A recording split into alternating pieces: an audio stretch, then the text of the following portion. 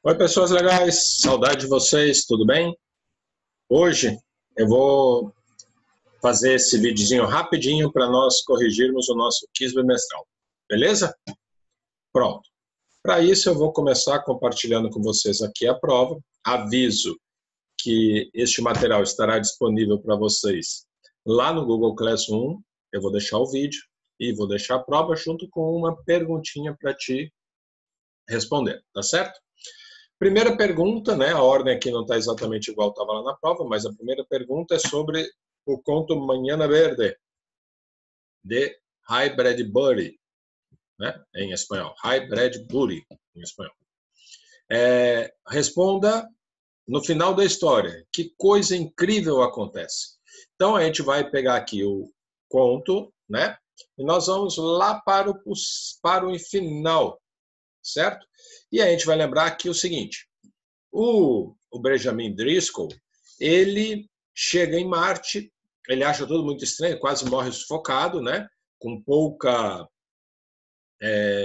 oxigênio, né? Ele demora até se habituar ao pouco oxigênio, e ele resolve que ele vai plantar sementes, certo? E aí ele sai plantando sementes, etc., até que um momento começa a chover, né? E aí a gente tem uma coisa interessante. Ó, eu estou marcando aqui no texto, né? Nós estamos na página 4. Diz o seguinte: calado hasta los huesos, Benjamín Driscoll se reía y se reía mientras el agua le golpeaba los párpados. Aplaudió y se incorporó y dio una vuelta en el pequeño campamento y era 1 de la mañana. Llovió sin cesar durante horas. Luego aparecieron las estrellas recién lavadas y más brilhantes que nunca. Então, a primeira coisa inacreditável, choveu. E aí, na sequência, né, vai falando e no finzinho, a gente tem nos dois últimos parágrafos é o seguinte: de todas partes como una corriente móvil, como un río de las montañas, llegaba el aire nuevo, el oxígeno que brotaba de los árboles verdes. Se podía ver brillando en las alturas, en oleadas de cristal, el oxígeno fresco, puro y verde, el oxígeno frío que transbordaba el valle en un delta formoso. Un instante después, las puertas de las casas se abrían de par en par y la gente se precipitaba en el milagro nuevo del oxígeno, aspirándolo en bocanadas con mejillas rojas, narices frías, pulmones revividos, corazones agitados y cuerpos rendidos, animados ahora en pasos de baile. Benjamín Driscoll aspiró profundamente una bocanada de aire verde y húmedo y se desmayó. Antes de que despertara de nuevo, otros 5.000 árboles habían subido hacia el sol amarillo. Então, além de chover, muitas árvores nasceram milagrosamente ou inexplicavelmente de uma hora para outra. Bem facinho. Opção C. Começa a chover em Marte e as árvores que ele plantou crescem muito rapidamente. A questão 2 diz assim, que Sua Excelência é sobre o livro La Jornada de un Periodista Norteamericano en 1889, né, de Julio Verne. Diz assim, que Sua Excelência me perdoe, decía el embajador de Francia al embajador de Rusia. Pero para mí no hay nada que cambiar en el mapa de Europa. El norte para los eslavos sea para el sur, pero para el sur, para los latinos, nuestra frontera común del Rin debe permanecer excelente. O Rin é um rio, o rio que separa a França da Alemanha. Perdão.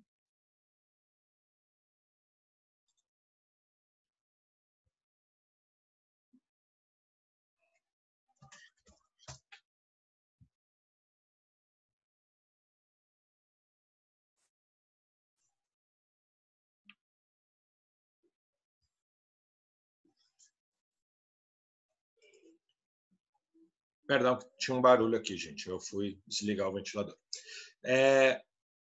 O rio Rin, em português, ou em espanhol, Reno, em português, né? É o rio que separa a França, a Alemanha, os Países Baixos, etc. Certo? Nós conhecemos como rio Reno, em espanhol, rio Rin, né? O rio Rin. É um rio, letra B. Segundo o conto Por unos watts de más, de Eric Mota, como era a arma robô. Essa é uma questão bem facinho, você tem que tomar cuidado, certo? Este conto é um conto que a gente já viu, que é um conto que fala sobre eletricidade, sobre uma sociedade do futuro, né? Onde tem uma arma robô, né? E aí a gente sabe que os pedestres eles têm medo dessa arma robô porque ela fiscaliza tudo, né? Então aqui no finalzinho da primeira frase diz assim, ó: arma robot, la verdadera policía en las calles. Mais um pouquinho acima a gente vê como é que ela é. Pero desde la esquina, un artefacto colgado en un viejo poste apuntaba hacia ellos. Su forma era alargada como un fusil pesado. A su lado, una cámara panorámica escudriñaba las calles mientras todo el equipo se sacudía y apontaba.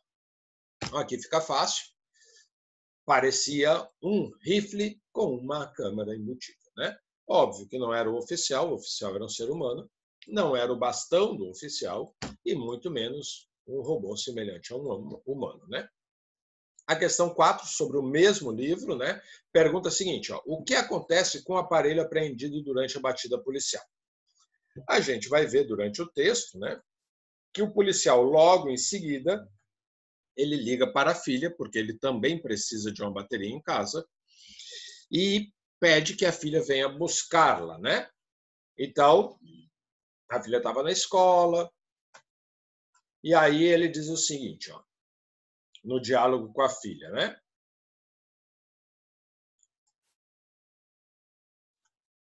O pai diz para a filha: ¿Tienes idea de cuánto vale una balita de 350 en la calle?